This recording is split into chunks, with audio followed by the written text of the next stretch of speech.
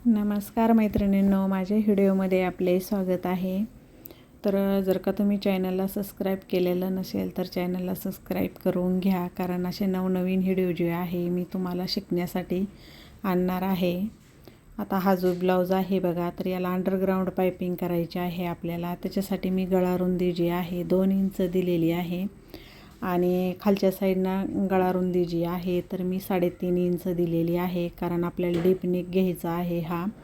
तर त्याच्यासाठी मोठा गळा घ्यायचा आहे, तर त्याच्यासाठी आपल्याला खालच्या साईडना जे आहे तर गळा रुंद मी जास्त दिलेली आहे। खालतून वरती बघा 4 इंचावरती एक पॉईंट द्यायचा आणि अर्धा इंच जे आहे तर अर्धा इंच आपल्याला बाहेर एक पॉईंट द्यायचा आणि याला असा शेप जे आहे तर असा पाना आकार जो गळा आहे तर असा आपल्याला पानासारखा असा शेप देऊन घ्यायचा आहे गळ्याला।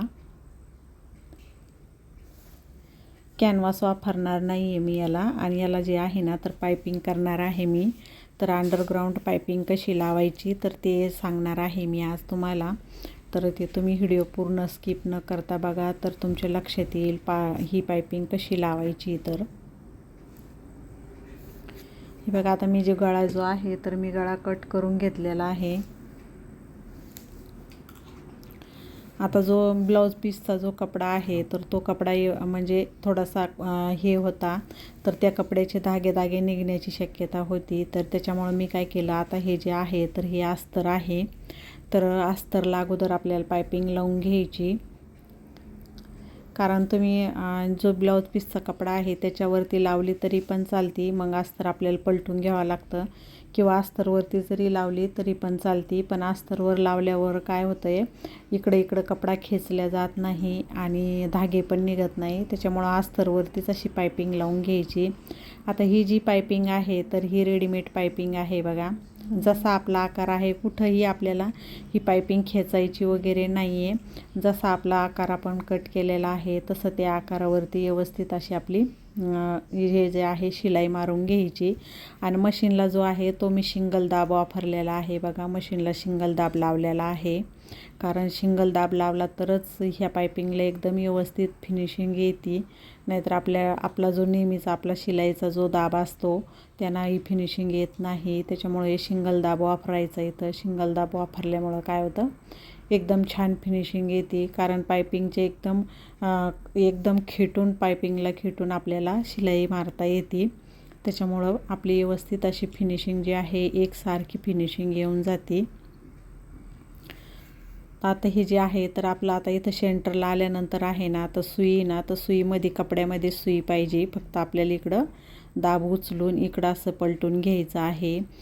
पण हे सुई नाही काढायची त्याच्यातून, सुई काढल्यामुळं काय होतं आहे, मग सुई काढली तर परत आपला तिथं आकार वेगळा येऊन जाईल। त्याच्यामुळं सुईमध्ये कपड्यामध्ये सुई गेलेली राहू द्यायची। आणि बरोबर आपला जो सिंगल दाब असतो ना, तर म्हणजे कपडा पण आपला त्याच्यामध्ये जे हे होतो ना, तर कपडा पण जितका दाबमध्ये बसतो ना तेवढाच कपडा आपला तिथं जातो बघा। कारण की त्याला सिंगल दाब असल्यामुळं आणि एका साईडनं सुई जाते, तर ती सुई बरोबर आपल्याला हे करून घ्यायचं आहे, बघून घ्यायचं आहे की बरोबर ती आपली पाइपिंग आहे तर पाइपिंगच्या बरोबर व्यवस्थित अशी पाइपिंगला खेटून आपली शिलाई चालली आहे काय ते पण बघायचं। आता वरतून जे आहे तर आता मी हा जो आहे तर हा मी ब्लाऊज पीसचा कपडा ठेवलेला आहे बघा। वरच्या साईडनं मी ब्लाऊज पीसचा कपडा ठेवला आणि बरोबर आपल्याला तिथं आकारावरती आकार व्यवस्थित घेऊन मग नंतर अशी पिन लावून घ्यायची। पिना लावल्यामुळं काय होतं आहे की कपडा आपला जो आहे तर कपडा आपला सरकला जात नाही। आता मध्ये जो आपला शिलाईमध्ये कपडा जाणार आहे तो पण आपल्याला, आपण जेवढा अस्तरचा दाबलेला आहे मध्ये तेवढाच आपल्याला वरच्या कपड्याचा पण तेवढाच घ्यायचा आहे आणि अशा तिथं अशा पिना लावून घ्यायच्या। म्हणजे पिन लावल्यामुळं काय होतं आहे, आपला कपडा जो आहे तर कपडा आपला सरकला जाणार नाही। जरा 1-2 पिना जास्त लावून घ्यायच्या, कारण काय होतं आहे थोडा बी कुठं बी आपला कपडा सरकायला नको, सरकला तर मग आपला जो आकार आहे तो वेगळा काहीतरी होतो, किंवा आपल्याला ब्लाऊज पीसला आपल्याला कपडा कमी पडून जातो, कमी जास्त जर का दाबण्यात गेला तर। आता बरोबर बघा त्याच्यावरतूनच आपल्याला शिलाई घ्यायची आहे। जी पायपिंग आहे तर पायपिंगच्या बरोबर आपल्याला एकदम खेटून आपली अशी शिलाई आली पाहिजे. आता इथं सेंटरला आल्यानंतर पण आपल्याला तसंच करायचं आहे. सुईमध्ये ठेवायची आहे, सुईचा टोक कपड्यामध्ये आणि दाब उचलून घेऊन फिरवून घ्यायचा आहे कपडा निसता. हे बघा आपलं जसं आहे ना तर आपण तसंच व्यवस्थित कुठेही कपडा न खेचता बरोबर आपण त्याच्यावरतून शिलाई मारून घ्यायची. नंतर आता जे आपण ह्या पिन लावलेल्या होत्या ना त्या पिन जे आहे तर ह्या पिन आपल्याला आता काढून घ्यायच्या आहे आणि बरोबर असं बघा कैचीनं जे आहे ना तर असं क्रॉसमध्ये कट मारायचे आहे बघा. त्याच्यामुळं काय होतं आपली जी पायपिंग आहे एकदम व्यवस्थित आपली पलटल्या जाईल. त्याच्यामुळं असे क्रॉसमध्ये कट मारायचे आहे.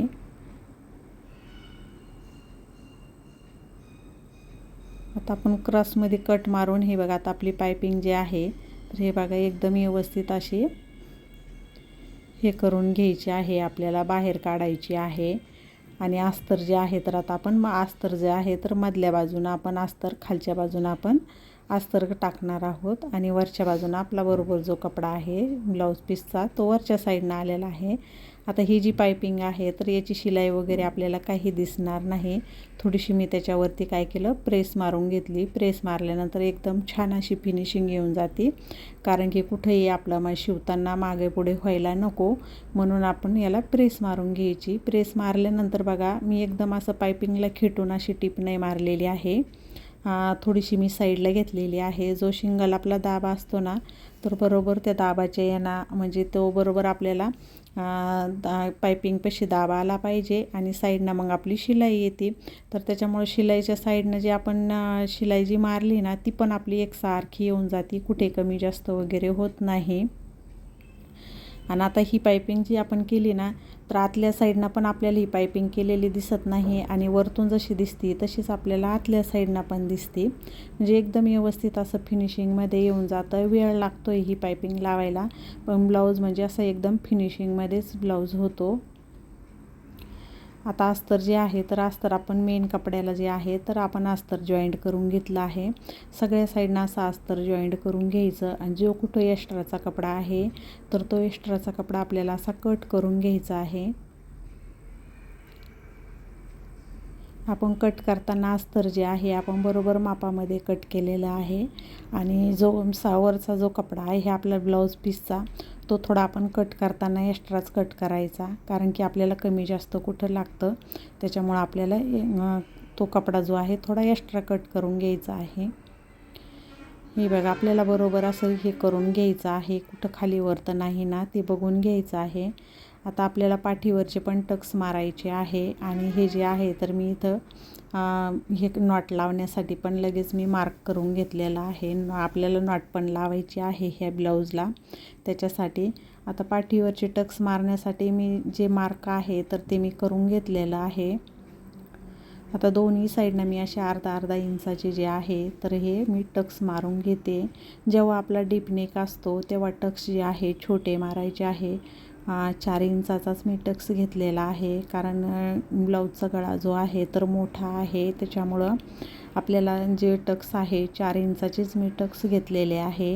आता ही खालची आपल्याला कमरेवरची पट्टी जी लावायची आहे तर ही पट्टी मी 1.5 इंचाची पट्टी मी कट करून घेतलेली होती आणि त्याला परत वरतून एक दाब शिलाई मारलेली आहे आणि नंतर पूर्ण कपडा जो आहे तर असा मध्ये फोल्ड करून घ्यायचा आणि फोल्ड करून घेऊन त्याच्यावरतून आपल्याला अशी शिलाई मारून घ्यायची आहे.